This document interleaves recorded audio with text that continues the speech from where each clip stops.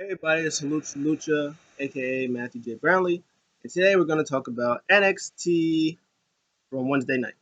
So, before I continue, make sure you guys like this, share, comment, subscribe, do all the good stuff. I really appreciate it. Let's get this journey going. So, for the beginning of this, and of course, like I said, my handy dandy notebook, so I don't get lost in my thoughts for a little bit. And we're just gonna go through NXT. So it starts with Keith Lee and Karrion Cross like video package kind of like, and pretty much they talk about uh, the match that Karrion had with Dijak, and they're playing "The End Is Near." Dum, dum, dum. The end is near. WWE loves that theme song. They played it like that plays all the time. They love them that the end is near. It's good stuff too. Fun fact: they used that theme. It was made by Jim Johnson, and it was made by for the Invasion angle back in like 2001 or two or something like that. But as soon as this match, or as soon as this video package ends, Io Shirai's music comes. It's like doom doom doom doom doom.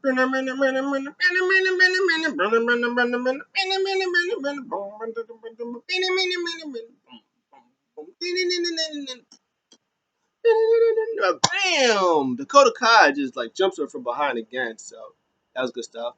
Tegan Knox runs in, helps her, and then Candice LeRae comes out, and they're all brawling. And straight like that, boom! They get in the ring, settle up for like a hot second. Match starts. So this is Io Shirai and Tegan Knox versus Dakota Kai and Candice LeRae. So the match starts with Dakota Kai doing showing off a little, trying to show off a little bit. She does this like this leg sweep thing. Io lands on her butt, and then she just like kicks her like straight in the face, or she like mush kicks her in her face. And Io Shirai not happy. Dakota Kai's talking all that trash, mate. She's doing all that. Io Shirai gets mad. She's not a happy person. She gets up. She's like, oh, forearm. She does knee strikes. She's like this, bang, bang, knee to the face like that. She's clopping her, and then she falls, and then she just kicks her straight in the face, and then she's screaming in Japanese. She's like, actually, I'm not gonna disrespect the Japanese, but she was in it. She was not happy, and she was fired up. Dakota Kai gets mad. She gets like a little mad and stuff like that. So she gets up, and then Io Shirai does this thing where she like runs the ropes, but she like fakes it. She like stops and like switches directions at the ropes. Leo Rush does it really well too. It's like she would bounce off the ropes and she'll stop instead of like going under. She'll like stop and she'll change directions and stop, and like she was doing that. And then when she did go under her, Dakota Kai went to chase after her, and then Io Shirai hit like the 619 Tiger Fate kick. She used it as a reversal and then smoothly transitioned into an arm drag. That was nice. And then she drop kicked her in her face. Good stuff. And then she went to go after her, and then Dakota Kai hit some like a monkey flip type move, and she pretty much tags in Candice LeRae because she wanted no more of that smoke. That was good stuff. Um, Candice LeRae comes in, and I think they started jumping on Io, whatever like that. Candice LeRae tries to help. Candice LeRae just like throws Tegan Knox into like the steel steps, and she was like having like one of those little seizure things. I thought it was funny because I had just watched AEW before, and it was looked like she was doing like the Rick Starks when Rick Starks had like the thumbtacks on his back like slid on him. That's what like he was doing. She did the same thing. I thought it was kind of funny. That's hilarious. Um, they come straight back from commercial, and like Tegan Knox just like headbutts the mess out of Candice LeRae. That was hilarious. And as soon as she did that, she tags in Io Shirai. Io Shirai just running wild, taking out Candice LeRae. Um, she's taking out Dakota Kai. She goes on top where Dakota Kai is like stuck in a tree of woe, which is like the second turnbuckle, and her arms are on like the ropes, and like she's just sitting there and she's waiting for her chest to get caved in by Io Shirai, is which what happens, and I still never understand that move because normally like when you do that, shouldn't you let's like move out the way, or, like, push them off or something like that. That's what I would always think you would do, but yeah, she does that and she gets the two. Um, and then um, And then Dakota Kai wants no more smoke. She tags in Candice LeRae, who is like crawling on the apron. She just tags her in. She goes out. As soon as Candice can get on her feet, Io Shirai hits her with a tiger feint to the back. She tosses her in the ropes, and then she caught Dakota Kai with a suicide dive. Ref's looking is like, oh my god, what's going on over here? Tegan Knox comes in, boom, shiniest wizard runs out. Io Shirai gets on the top rope, moonsault, boom, lands her knee right in her face. Dakota Kai saw that and she wanted no more of that smoke, and then she ran away. 1, 2, 3 is over, and Tegan Knox and Io Shirai win. That's all stuff. I gave this match a B plus. It wasn't the longest, but it was actually really good. It was good stuff what they got in. I like the beginning, like frantic brawl stuff that they did at the beginning of the match. Um, and this pretty much it sets up Io Shirai versus Dakota Kai, but it's also like, hey, Candice LeRae is probably like, hey, you left me in the dust. What's going on? What's going on? I want you now because you leave me in the dust. Tegan Knox, she's celebrating with her, she's clapping for her, but in the back of her heart, she's also looking at the NXT title. She's like this. She's like, yeah, like we did it. She's like, yeah, yeah, yeah, just yeah. NXT Women's Championship. So that's all good stuff. Everybody wants Io Shirai because Io Shirai is the greatest. Um, Next is a video package of the workiest work video package from the Pat McAfee show with Adam Cole I've ever seen in my life. Such a work. It's so funny how much a work is. And then Triple H is coming in like, yeah, it's just one of them things. It's just a big misunderstanding. Yeah, just one of those, he's just apologized, you two have been going back and forth, you've been to NXT, you do the thing. Yeah, it's so good, you come in, you talk about it, and all that stuff from the game. And Pat McAfee's like, yeah. He's like, yeah, well, maybe it's a big misunderstanding. I'll just come in and we'll have a discussion about it. And then they announced that later there's going to be a Brunson Reed video package, and they also announced that Roderick Strong and Johnny Gargano was supposed to be later, but then they shoot to it, and next was Johnny Gargano versus Roderick Strong. But anyways, I noted down that that Johnny Gargano gets booed in this match, and just to let you know, this is an NXT enhancement talent crowd, so the WWE production is going to tell them who to boo and who to cheer. So they told the boo Johnny Gargano, and they cheered Roderick Strong. So in my mind, I'm like, oh, they're cheering Roddy. So Roderick Strong, so they're babyface? Question mark. That's what I wrote. Babyface? Question mark. Anyways, this is like if you like technical wrestling, if you like your Daniel Bryan versus Matt Riddles type matches, your Drew Gulaks and your Kurt Angle, Chris Benoit type matches, this was one of those type matches. It wasn't that long of a match though. That's my one gripe about this. They could have won an extra about 5-10 minutes, and you could have been like, oh yes, give me more of that all day, every day. But this was pretty much just like who can out wrestle who like that. And so there was a fun fact by Mauro Ranello that caught my ear. He was saying that between Johnny Gargano and Roderick Strong, that they have like 32 years of like wrestling knowledge, uh, and he said that Roderick Strong has been wrestling for 17 years, and he said that Johnny Gargano has been wrestling for 15 years.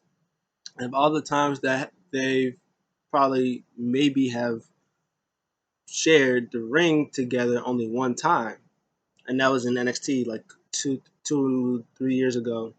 and it was a one-on-one match on NXT, and it was won by Johnny Gargano. And guess what? It continues because he wins again. Man, Johnny Gargano was all in that ass. He was working that shoulder. He was doing he twists him up and he just slams his shoulder on the outside floor. He's hitting him with drop kicks. They're trying to do some chain wrestling. He's trying to get him in a stronghold and he's like reversing it and stuff like that. He was doing a lot of that.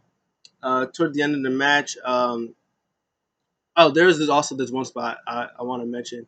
Um, Johnny Gargano was supposed to he tosses Roddy out the ring and then he quickly like gets to the rope and he catches him and he goes to do like a back suplex, but Gargano reverses to like an arm drag. He comes back and Roddy, I think he elbows him or do something like that. It was like a nice spot already. But anyways, towards the end of the match, Gargano, they're outside again, and Gargano hits him with like a Hurricanrana type thing in the shoulder, like left shoulder, what he's been working on all day. Hits the barricade, and then John Gargano uh, runs him into his face into the steel steps, and then he rams his shoulder, his left shoulder, the injured shoulder, back in the plexiglass like 3 or 4 times. It looked really cool. Threw him in the ring, hits him for the end of bell, I think it's called, um, which is like if nobody watches wrestling and you don't understand it, you're just watching this just to watch it. The end of bell is a move where Johnny Gargano's on the outside of the outside of the apron of the ring on the apron. Um, Roderick Strong's on the other side, was on the opposite side, and Johnny Gargano like leaps up and then hits a DDT. So that was cool. Oh, and there was another spot where he tried to do that beginning like before, and Roderick Strong hits him with a knife backbreaker. So I give this match an A-. Like I said, I mean they can wrestle in their they can like do this in their sleep and they could put on a really good match. But I just wish it was like a little longer. But it is what it is. You can't complain. It was still a good, really, really good match. Like when you have to say to people like, I wish the match was a little longer. Like it's not their best, neither one of their best matches. It could be a little longer, and it's still an A-. You know that they're really, really good at what they do. Backstage, Dakota Kai, I think is no longer with uh, Gonzalez. It's no longer with her. I don't know if she's going to get called up to the main roster or get repackaged again, but they're really good together. So I don't really know why they're not together. But unless it's a ploy to like get her to like win or something like that and win a title or something. But she said that she is not. She's tired of being a team. She's tired of being in these triple threat matches. She's tired of being in these fatal fours. All these battle royals to choose the number one contenders. She said, "I want to be number one contender. I want to face Io Shirai, and I am going to beat her." She's gonna leave, and then she's whoa, water Nelly. Rhea Ripley comes out with the blonde hair, looking all delicious and stuff like that. She said, "Hey, I don't mind just saying." She's like, "No, I don't mind just saying that you gonna do something." But she said, "Oh, I don't mind just saying that you want to be alone. I'm glad you want to be alone. It's about time that you want to be alone. But what you ain't gonna do is say that you gonna be next in line to face Io. She mine. That's mine. That's mine right there. I'm gonna be next in line." And then Dakota Kai is just sitting standing like this. Well, we're gonna see what Regal has to say about that. And she walks away, and then Rhea's like, "Yeah, you go tell Regal like that." That's what she does. Um, and then after that, there's a advertisement for WWE Shop. You can get t-shirts at www.shop.com. You're welcome. And then there's another interview with Timothy Thatcher. And Mackenzie asks him about, he's like, "So today you're going to have your triple threat match against Dexter Loomis and um, Finn Balor tonight." And my boy Thatcher goes, "Indeed." He said, "They're going to get, these two men are going to get schooled and Dexter's Thatch catch them." That was hilarious. and he was like, "Now the first victim is Finn Balor. Last week he was talking about this push. I don't really know about pushes, but the only push I know is when I push his shoulders into his kneecap and dislocates his leg. That was great. And then he was saying about Dexter Lumis, like the man with 1,000 mile stare. And then you see like Dexter Lumis like creepily gets up, and I got mesmerized by Dexter. He was just standing there like this. So he was talking, but I forgot because I was too busy laughing at Dexter. So after that, I don't know if you're gonna like believe this. That's another promo, but it's okay because this time it's a promo by Undisputed Era, and they're not happy.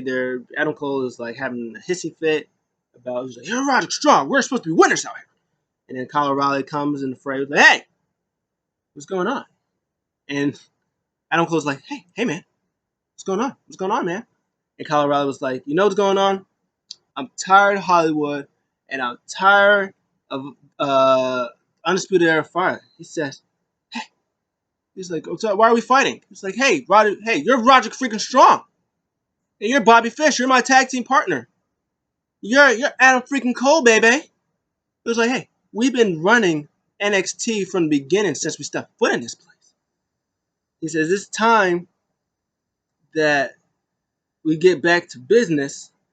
Now, he said, Undisputed Era is back in business, which means the Undisputed Era is back at changing the business. And then you can just hear Adam Cole in the background. It's like, "Yeah, hey, you're right. Hey, facts. Yeah, he's just, it's right. Yeah, good point. Yeah, he's making good points over here. Yeah. Yeah, it's good stuff. I gave that an A. That's hilarious. That made me laugh. Like, Kyle O'Reilly was fired up, and then Roger Strong's just all serious. Like, yeah, he's right. Yeah, yeah, we are. Yeah, we are. Yeah, you're right. Like, you're preach. And at the end, towards the end of the match, towards the end when they're doing, he just, yeah, he's spot on, So good. And after that, we have a match. Shanti Blackheart versus Mercedes Martinez. Shanti Black, oh my, Shanti Blackheart, I love her so much. Oh, she has the green hair, she has the tattoos. Oh my God, Shanti Blackheart is literally the greatest thing ever. I love her so much. This was a decent match. It was kind of, I don't want to say back and forth because it was pretty much a Mercedes Martinez shine. She was shining. This was her showcase. But I do like that Shanti did get some stuff in there, so we like those. Um, I love, but one of my favorite things about the matches, Shanti gets thrown out by Mercedes Martinez. Robert Stone has his hand in his pocket. He's talking a whole bunch of trash to like Shanti, whatever. Shanti's like, "You don't touch me." He's just like talking all that trash. And Maronella goes like he does a lot of talking that Robert Stone, and Tom Filler just goes like, Robert is a suit. That's what suits do. That's hilarious. But Shotzi gets a couple of she gets some stuff in. She gets her question mark kick in. She does like the thing that's like a question mark. She like fakes her out and then kicks her in the head. She got that in. She got like a code red in from the turnbuckle. She got one of those in, and then she got this other move in. It was like she got her inverted cannonball in, but Mercedes Martinez was in like 619 position. Like if you know Rey Mysterio, 619. She was like in that position, and she got her for a 2 count. But then after that, this was pretty much over. She's at the Shanti. I think she gets. I think Mercedes Martinez gets tied up on a second rope. Shanti, I think, tries to go up for like a little bit, but Mercedes like German suplexer, like release German suplexer, and it looked really really nasty. I think Drew does the same thing, but the way that Chauncey sold it was crazy. And then she hits her with like a Celtic Cross type move, but it's kind of like a Celtic Cross driver like thing. She gets the 1, 2, 3, and she wins. I gave it a C plus. It was really good. Well, it wasn't really good. It was good enough. Shanti got her stuff in, and there was no interference, which was always good. So next, Keith Lee comes out. He gets he promos, and Keith Lee is not a happy teddy bear. He's like a very very angry grizzly bear. He's even wearing black. He got the black sneakers. No, he got his pink sneaks on, but now he's rocking his black black underarm sneakers.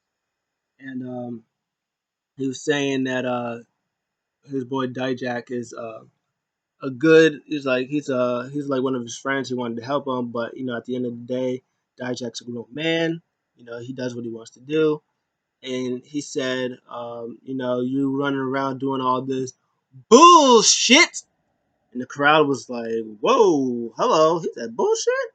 And they gasped and then they started chanting bullshit. It was kind of funny. It was like, if all you wanted to do is wanted to chance at me, this is what you had to do. But all this unnecessary extra bullshit isn't necessary, stuff like that. And he said bullshit like 3 times. It was great. And then it was like, if you want some of me, all you had to do is ask. And just come out here like a man and then ask me because you never do. And then Cameron Grimes, baby. Cameron Grimes, boy. Cameron Grimes comes out. He goes, hey, he said, Dijakovic, Cross. It's like, you shouldn't be worried about them. You should be worried about me. It's like, I'm the one out here that's upset, you see. It's like, you supposed to do all that. All you did was relinquish that title before I can even have a chance to beat you for both of them.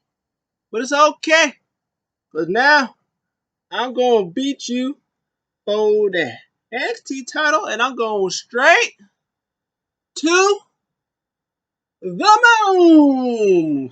Oh, baby, yes, I am. I'm just laughing so hard. Like, oh my God, Karen Cross is so good.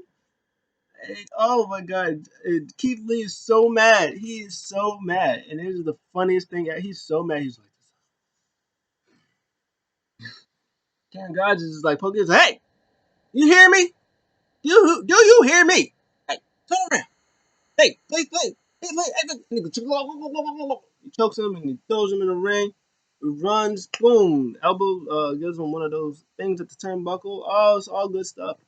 It's all good stuff. I love all of it. I'm here for all of that. And then Cross's music hits, and Scarlett Bordeaux comes out. She's just staring at him. They're staring at each other. Cameron Grimes, for whatever reason, starts screaming. He's like, ah! And starts running after him.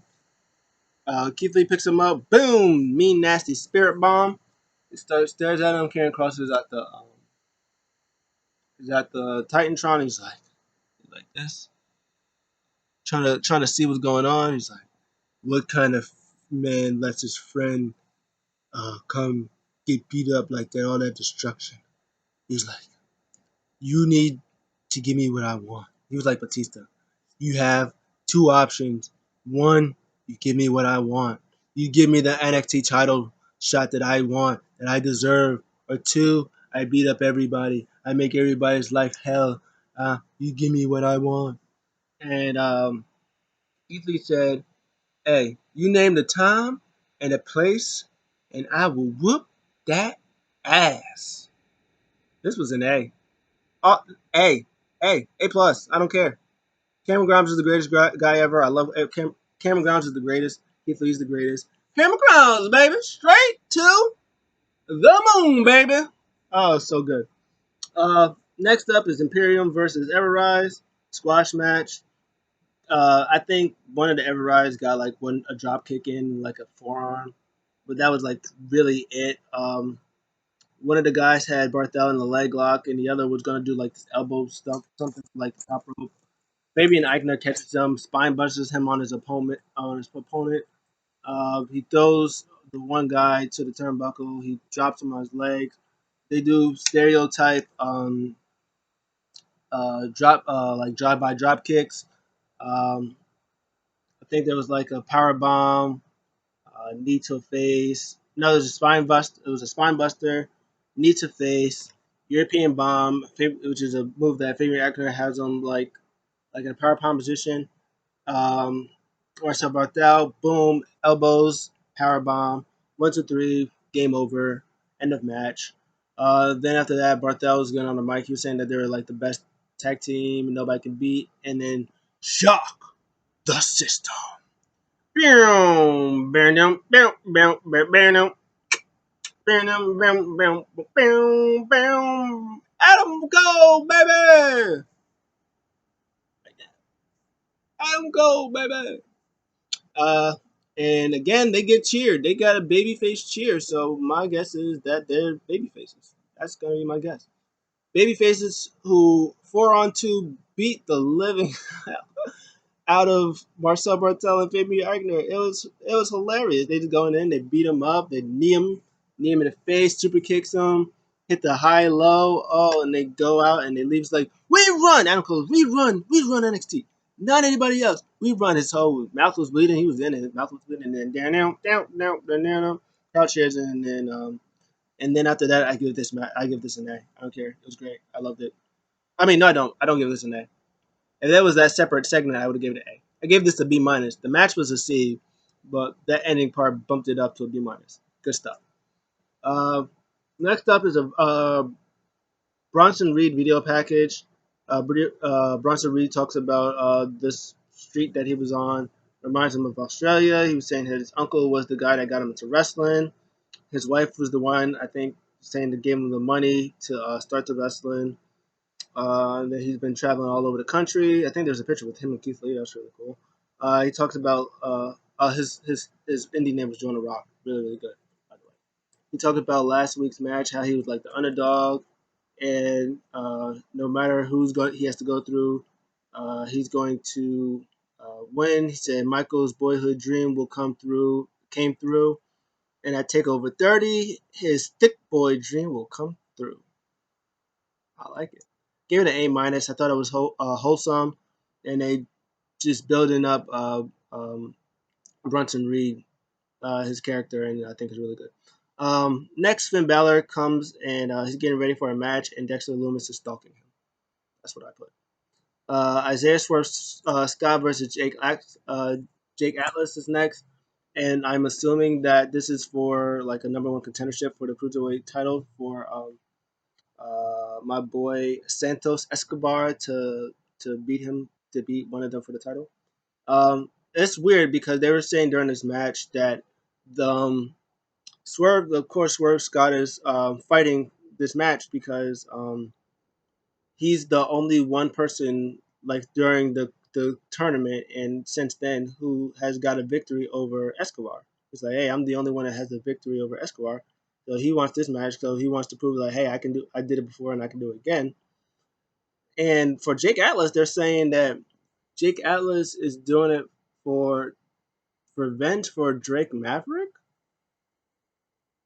It was like they're really good friends, and he wants to get revenge on Jake Atlas, so he wants to take the title from Escobar for Drake Maverick, who probably also wants the title. But anyways, this match was really good, really really good. They started off. It started off like like the Roger Strong and Johnny Gargano match. Some nice competition, some back and forth stuff. They're doing flippy dippy stuff like that, and then Swerve did this like cool Swerve type thing. Did it, and he was like, "Hi, yeah." Swerve was like, "Yeah, you like that?" And Jake Atlas was like, "Yeah, it's all right, it's all right." And they do it again, and I think like um, Atlas did a thing.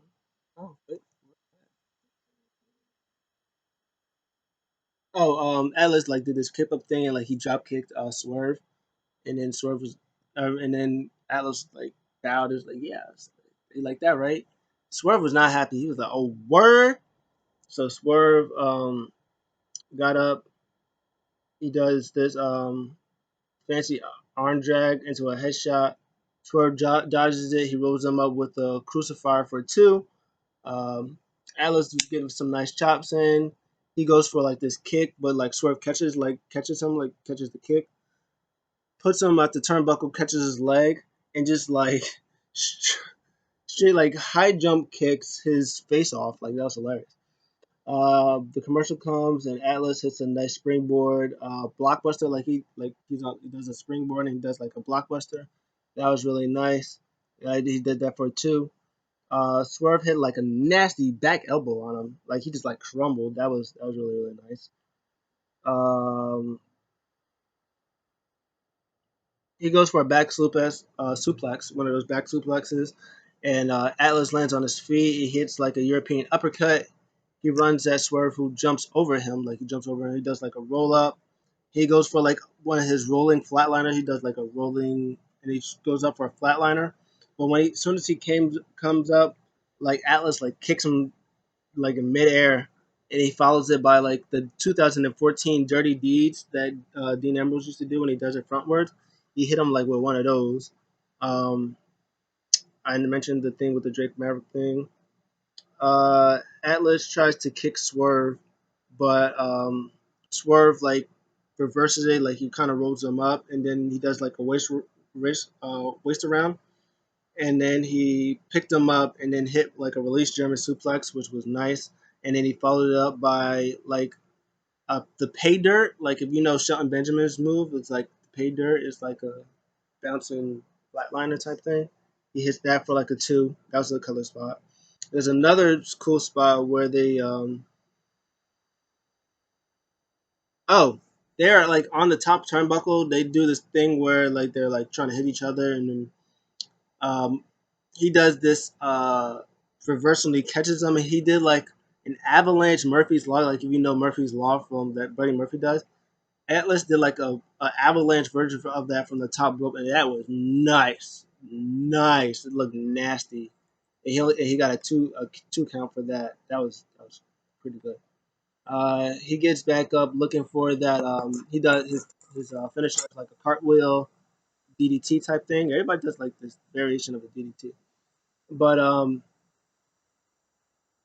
Isaiah Swerve Scott, when he gets up, like he smoothly like trips him up, and then he hits a super kick to his face, and then his Atlas is like feet is dangling on the ropes like that, and he has like nice core strength to like try to get up, but as soon as he does, boom, house call by Swerve, he falls out, goes in, and then he hits a nice JML driver for the 1 2 3. It's like an inverted like sit down power bomb type thing, but it's like more towards like the neck version. It's like an inverted um, Michinoku driver type thing, but it's yeah, but he like has him like this way, and he like drops him on his head.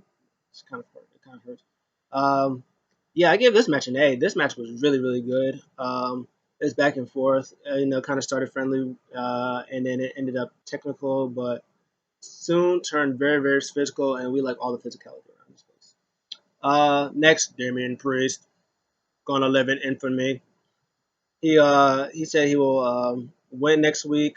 He said as good as Oni is, and as legit as I think Rich Holland is. There is going to be no fairy tale ending like there was last week. The favorite wins, and I will live in infamy. That's exactly what he did. So for next week, they announced Dakota Kai versus Rhea Ripley, where the winner faces EO. I'm guessing that Takeover 30.